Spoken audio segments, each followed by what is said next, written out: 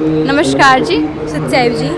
हम आपसे सबसे पहले ही पूछना चाहेंगे, जैसे आपके यहाँ पे हमने देखा यहाँ पे किसी वाणियों का पाठ चल रहा है, तो क्या यहाँ पे भी गुरु ग्रंथ साहिब जी का पाठ चलता है? क्योंकि ऐसा हमने नॉर्मली गुरुद्वारों में देखा है, ऐसे वाणियों का पाठ चल रहा हो, ऐसे लाउड स्पीकर पे लगा रखे, तो यहाँ पे सिख धर्म के अनुसार भक्ति करते हैं? नहीं, सिख धर्म के अनुसार नहीं, यहाँ सभी धर्मों की भक्ति का बताया जाता है और गुरुद्वारे जैसा आपको सिमिलर लग रहा होगा, लेकिन इसमें कुछ डिफरेंसेस है। जैसे गुरुद्वारे साहिब में आपको गुरु नानक देव जी की वाणियों का मिलेगा जो कि सिख धर्म से रिलेटेड है, लेकिन यहाँ पे सतग्रंथ साहिब की वाणियाँ चल रही हैं जो कि सभी धर्मों के बारे में बताती है। और ये वाणियाँ संत गरीबदास जी महाराज द्वारा लिखवाई गई हैं जो कि पूर्ण ज्ञान है, जो कि कबीर साहब ने उन्हें बताया था, उन्होंने वही इसमें लिखवाया है।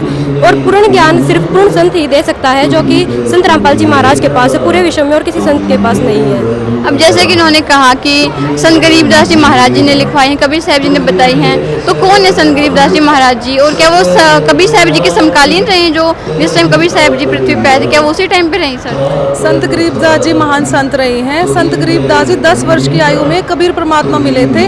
250 साल पहले वो अनपढ़ होते हुए भी कबीर साहब जी उनको सतलोक लेके गए थे सह शरीर, और 3 दिन उनके शरीर को अचेत अवस्था में रखा था और ऊपर के सारे लोगों का सतलोक का भ्रमण कराया था। जो वो संत गरीबदास जी जो ऊपर के लोगों का भ्रमण करके आए, जितने भी नज़ारे देख के आए, उन सब का इस संत ग्रंथ साहिब में प्रमाण है। हमारे जितने भी वेद हैं और गीता, इन सब का प्रमाण संत ग्रंथ साहिब जी की अमरवाणी में इसमें लिखा गया है। अभी जैसे इन्होंने कहा कि वो अनपढ़ थे, 10 साल के बच्चे थे, और सारी जो ग्रंथ उनका प्रमाण है इसमें, तो एक चीज़ कहाँ तक ठीक है? क्योंकि 10 साल का बच्चा और अनपढ़ है तो उसको ज्ञान हो सकता है, आपको कैसे लगता है? देखिए, जो मतलब हम जो सदग्रंथों का ज्ञान है वो मतलब पूर्वजों का ही चला रहा है, और हमारे ये पवित्र शास्त्र है जिन्हें हम मानते हैं कि भाई ये ज्ञान सही है। और गरीबदास जी को जब सतलोक लेके गए थे कबीर साहिब जी, उन्होंने जब सतलोक से वापस आए तो सारा इन्हीं सदग्रंथों का ज्ञान हमें उसी में मिलेगा जो गरीबदास जी ने बोला। देखिए, मैंने ये पूछा था कि वो जो बच्चे थे ना, वो तो 10 साल के और अनपढ़ थे, तो वो ज्ञान सच्चा कैसे, हम कैसे माने कि वो सच्चा है? जैसे कि आजकल हम जानते हैं कि एक चिप होती है जिसमें हम सब कुछ रिकॉर्ड कर सकते हैं, उसमें सब कुछ फीड होता है, उसे हम फ़ोन में डालते हैं तो हम ऐसे सब कुछ चला सकते हैं। तो ये तो एक साइंटिफिक बात हो गई। इसी तरीके से आध्यात्मिक पावर ज़्यादा होती है, तो इसमें कबीर परमेश्वर जी ने उनके संत गरीबदास जी महाराज जी के 10 वर्ष की आयु में उनके अंतःकरण में सारा ज्ञान फीड कर दिया था। तो जो उन्होंने सतलोक से आकर नीचे सारा वातावरण, मतलब वहाँ का ऊपर का सब कुछ वर्णन किया, सारे लोगों के बारे में बताया, सारा जो तत्व ज्ञान उन्हें कबीर परमेश्वर जी ने बताया था वो सारा एज इट इज़ आके यहाँ पे बताया। तो इस तरीके से मैं मानती हूँ कि 10 वर्ष की आयु में उन्होंने सब कुछ नीचे आके अपना बता सकते हैं। भाई, क्या ये ज्ञान सच्चा है? आपने इसको चेक किया है? क्या ये ज्ञान सच में हम अपनी रियल लाइफ में अप्लाई कर सकते हैं? हाँ जी, बिल्कुल, मैंने सब कुछ चेक किया है। चारों वेदों पुराणों में सभी में इसका प्रमाण मिलता है कि जो संत रामपाल जी महाराज जी पूर्ण संत बता रहे हैं वो सब कुछ बिल्कुल सटीक है और ऑथेंटिक है। बिल्कुल सब कुछ मैंने चेक करके बताया, जब देखा है। अच्छा, जो ये वाणियाँ चल रही हैं यहाँ पे, इनका फिर हमें क्या बेनिफिट मिलता है? फिर ऐसे ही चला रखे जी, इन वाणियों से हमारे पाप कटते हैं। ये वाणी 3 दिन लगातार चलती हैं और जो हमें बिल्कुल पवित्रता के साथ पढ़नी पड़ती है। यहाँ पे शुद्धि का बहुत ध्यान रखा जाता है। इससे लाभ क्या मिलता है? इससे हमारे पाप कटते हैं। और आप बताइए। जो ये सतग्रंथ साहिब में जो वाणियाँ लिखी गई है, इनका सबसे बड़ा ये लाभ है कि जो हमारे भारत में नशा मुक्त समाज है उसका निर्माण होता है। हम जो जवान पीढ़ी वो सारी बुराइयों से दूर होते हैं। जैसे धर्म यज्ञ होती, ज्ञान यज्ञ होती, परिणाम यज्ञ होती है, ये सारी यज्ञ यहाँ पे होती हैं। जैसे कबीर साहब जी बताते हैं अपनी वाणियों में, एक यज्ञ ज्ञान की, दूजी यज्ञ ध्यान, तीजी यज्ञ परिणाम की, तीजी यज्ञ ध्यान की, चौथी यज्ञ प्रणाम। तो यहाँ पे कौन सी यज्ञ चल रही है? यहाँ पे 5 यज्ञ एक साथ की जा रही है। जैसे आप देख सकते हैं वहाँ पे प्रणाम यज्ञ चल रही है, यहाँ पे ज्योति यज्ञ चल रही है, पीछे संत गरीबदास जी की वाणी का अमर पाठ हो रहा है, तो वो ज्ञान यज्ञ चल रही है, और जिसका हम श्रवण कर रहे हैं वो ध्यान यज्ञ चल रही है। इसके अलावा कोई और भी लाभ होता है इन वाणियों का? इन वाणियों से जितने भी हमारे पाप कर्म है वो कट जाते हैं। जो भी बाहर की जितने भी समाज के लोग आते हैं वो देखते हैं इन चीज़ों की कि यहाँ इतनी अलग अलग चीज़ें दिखाई जाती है कि जो कि कहीं भी देश में कहीं भी नहीं दिखाई जाती। यहाँ पे जैसे कि सारे जितने भी सदग्रंथ है उन सब का निचोड़ है इसके अंदर, जो गरीबदास जी महाराज ने इस टाइम पे लिखा है इनमें। तो संत रामपाल जी महाराज एक ऐसे समाज का निर्माण कर रहे हैं जो यहाँ का समाज है और जो बाहर का समाज है उससे बिल्कुल अलग है।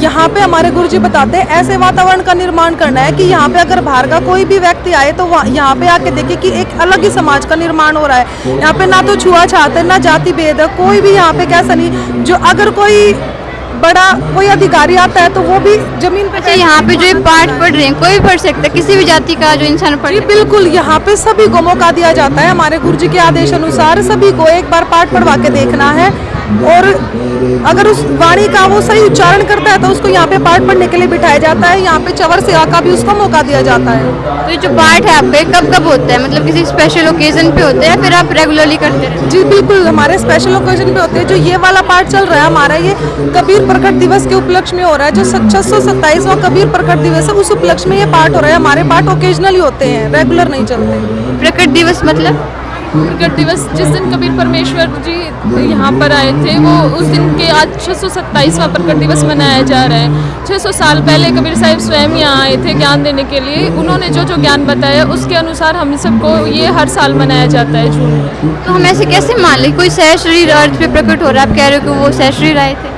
वो शायद शरीर कमल के फूल पर विराजमान हुए थे एक बालक रूप में, और वो नीरुनिमा को यजुर्वेद में भी प्रमाण है कि जो पूर्ण परमात्मा होता है ना वो बिना माँ के जन्म लेता है, तो इसीलिए वो सहशरीर आए थे सतलोक से चल के। क्या ये तो आपने आध्यात्मिकता की चीज़ें बता दी, और इसके अलावा अगर हम देखें कि आम समाज में हमारे में इस वाणियों से क्या हमारे समाज को कुछ सीखने को मिलता है, क्या उनको कोई बेनिफिट होता है इससे? जी बिल्कुल, मैं खुद 27 साल से जुड़ी हुई हूँ संत रामपाल जी महाराज से, और मैं आपको अपने सुख बताऊंगी तो सुबह से शाम हो जाएगी।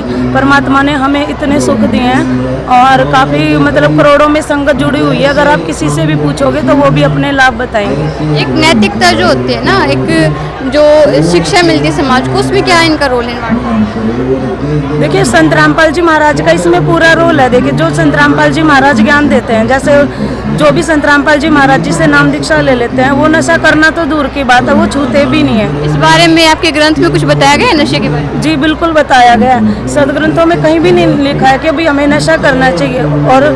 और जैसे और धर्म गुरु हैं उनके में सब नशा पता सब चलता है, लेकिन संत रामपाल जी महाराज पूरे विश्व में एक ऐसे शिष्य हैं जिनके अनुयायी कोई नशा नहीं करते, ना दहेज लेते हैं और ना ही देते हैं। और भी काफ़ी सारी चीज़ें हैं जो मतलब संत रामपाल जी महाराज ने मतलब समाज सुधार किया है। अच्छा, आप एक दो वाणी बताइए कि किस प्रकार की वाणी इस ग्रंथ में है? इनमें संत गरीबदास जी महाराज जब सतलोक का भ्रमण करके आए तो उनके ज्ञान योग में कबीर परमात्मा ने वाणी संग्रहित कर दी थी। जैसे आज आप माने तो नहीं गए, लेकिन वाणी बता दीजिए आप एक बार। कृपर पटन पर लोग हैं जहाँ दली सतगुरु सारे, भक्ति हित से उतरे पाया हम दीदार। देखिए जिसका भी बताया कि भाई जैसे वो सहशरीर आए थे, बिना माँ के उन्होंने जन्म लिया था, तो उससे रिलेटेड वाणी है कि अनंत कोटि ब्रह्मांड में बंदी छोड़ का है, सो तो एक कबीर है जननी जने ना माए। ये गरीबदास जी महाराज जी ने सब कुछ सतलोक में देखा था और आके इन वाणियों को यहाँ पे बताया था। अनंत कोटि ब्रह्मांड का एक रति नहीं बार, सतगुरु पुरुष कबीर है कुल के सिरजनहार। इस तरीके की वाणियों को उन्होंने पूरा जो सदग्रंथ है वो इन्हीं वाणियों से लिखा हुआ है, जिसका ये पाठ यहाँ पे चल रहा है। ठीक है। परमात्मा ऐसी लीलाएं करते हैं, ये हर एक युग में आए हैं। अच्छा, फिर जो ये पाठ है जो आपका चल रहा है किस धर्म के लिए है ये मेनली? ये हमारे सारे धर्मों के लिए, इसमें कोई जाति पाति या कोई धर्म में भेदभाव नहीं है। इसमें हमारे जितने भी वेद शास्त्र, बाइबल, कुरान वगैरह उन सब के बारे में बताया गया है डिटेल में। वो तो धर्म जो हमारे पूर्वजों ने जो इसको अलग अलग में भाग में बांट के उसको डिवाइड कर दिया है, वरना इस ग्रंथ में हमारे सारे धर्मों के बारे में बताया गया है। और यहाँ पे जैसे देखो दो हमें यहाँ पे सेटअप नजर आ रहे हैं कि यहाँ पे चल रहा है सेम इस तरीके से, और ऐसे बीच में कुछ ज्योति लगाई गई, और उसकी दूसरी तरफ अगर हम देखें तो वहाँ पर भी इसी तरीके से पाठ चल रहे हैं। तो ये दो पाठ आप यहाँ पे क्यों कर रहे हो? दो पाठ करने क्या उद्देश्य है?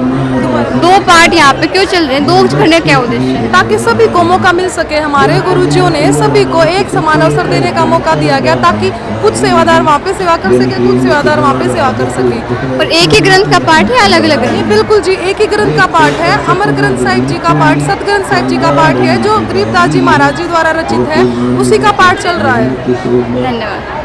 तो दर्शकों, जैसे कि इन्होंने बताया कि कबीर साहिब जी के प्रकट दिवस के उपलक्ष्य में यहाँ पे ये जो आयोजन है किया गया है, यहाँ पे सतग्रंथ साहिब जी की वाणियों का पाठ होता है। इनका कहना है कि उस ग्रंथ में सारे जो हमारे बाकी ग्रंथ है सभी धर्मों के, उन सभी का ज्ञान इसके अंदर समाहित, और कुछ वाणियाँ भी इन्होंने बताई। आगे की कवरेज के लिए हमारे साथ बने रहिए। धन्यवाद।